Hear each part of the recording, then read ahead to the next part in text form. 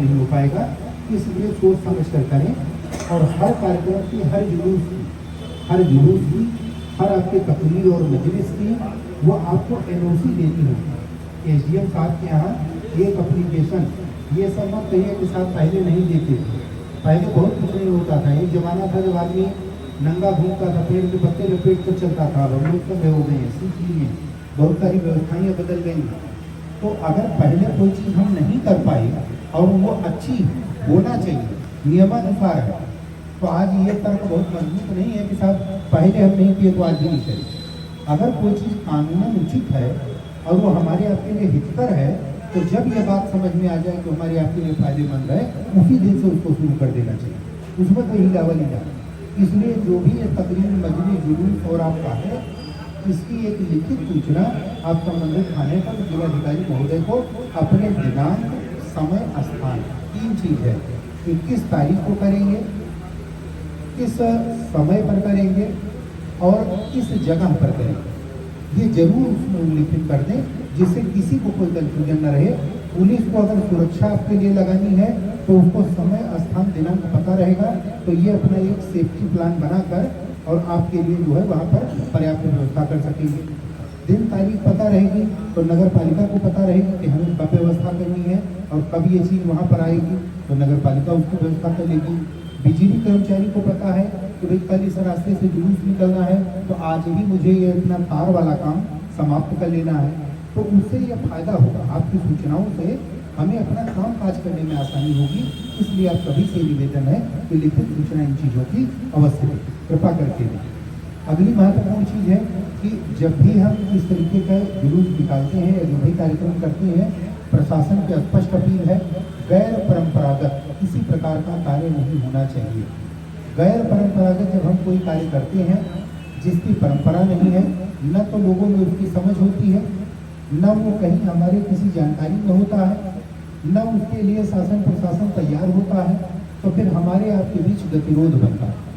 आप कुछ अलग हटकर करने का प्रयास करेंगे, परंपरा से अलग हटेंगे, तो वो बात किसी को नहीं समझ में आएगी। आम पब्लिक भी नहीं समझ पाएगी, सरकार भी नहीं समझ पाएगी। तो इसलिए सरकार की अपील है कि किसी कार्यक्रम को शांति से, सुकून के साथ करने का सबसे अच्छा तरीका क्या है कि जहरीलियत के साथ करें, परंपरा के साथ करें, जैसा होता आया है उसी के साथ करें। तो ये विशेष रूप से ध्यान रखें कि हमें कोई नई परंपरा नहीं डालनी है, ये स्पष्ट है सभी के साथ। और जैसा ही असूल साहब ने कहा कि देखो भाई, पुलिस वाले भी बाहर से आते हैं ड्यूटी करने, कोई दूसरे थाने से आया है, कोई दूसरे ज़िले से आया है, कहाँ किसको क्या सुविधा है, फिर भी वो आपके लिए काम कर रहा है। तो ये ध्यान रखो कि आप अपना कार्यक्रम अगर समय पर शुरू करोगे, समय पर समाप्त करोगे, तो आपके लिए हर विभाग को व्यवस्था करने में आसानी होगी। आप कहोगे कि साहब हम 4 बजे निकालेंगे और 8 बजे तक मेरा जुलूस समाप्त हो जाएगा, तो पता चले कि 8 बजे तक अभी आप कह रहे हैं कि नहीं साहब हमको अभी समय दीजिए, थोड़ा लेट हो गया है, अभी हमारा जुलूस निकल ही नहीं पाए, जुलूस ही 7 बजे के बाद निकल रहा है, तो फिर 12 बजे समाप्त होगा। अब अगर बीच में रोका जाएगा तो आप कहेंगे कि साहब आप हमको रोक रहे हैं। तो हम आपसे अपेक्षा करेंगे कि समय बड़ा महत्वपूर्ण है, वो लौट जाएगा तो फिर आएगा नहीं। इसलिए जो काम जिस समय पर तय किया जाए उस काम को उसी समय पर कर लिया जाए। खत्म होने का समय हमारा फिक्स हो। आपको जुलूस या जो इस प्रकार के मोबाइल कार्यक्रम हैं, जैसे जुलूस निकालना है, अलम का हो, ताजिए का हो और कोई है, वो आप समय से कर लें।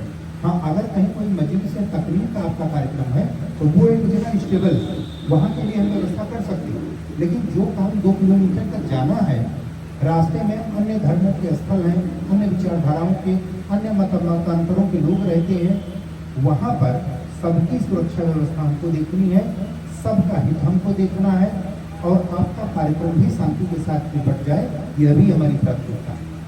तो ये ध्यान रखें कि हमारी प्राथमिकता में दोनों चीज़ें, एक शांति व्यवस्था, कानून व्यवस्था भी हमारी प्राथमिकता है और आपका कार्यक्रम सकुशल संपन्न हो, यह भी हमारी जिम्मेदारी है। और वो जिम्मेदारी हम अच्छे से तब पूरा कर पाएंगे जब आप अपनी बात पर कायम रहेंगे। तो आप अपनी बात पर कायम रहेंगे, सुरक्षा देना हमारा काम है, सुविधा देना प्रशासन का काम है। अगर ये सब कुछ सुरक्षा, सुविधा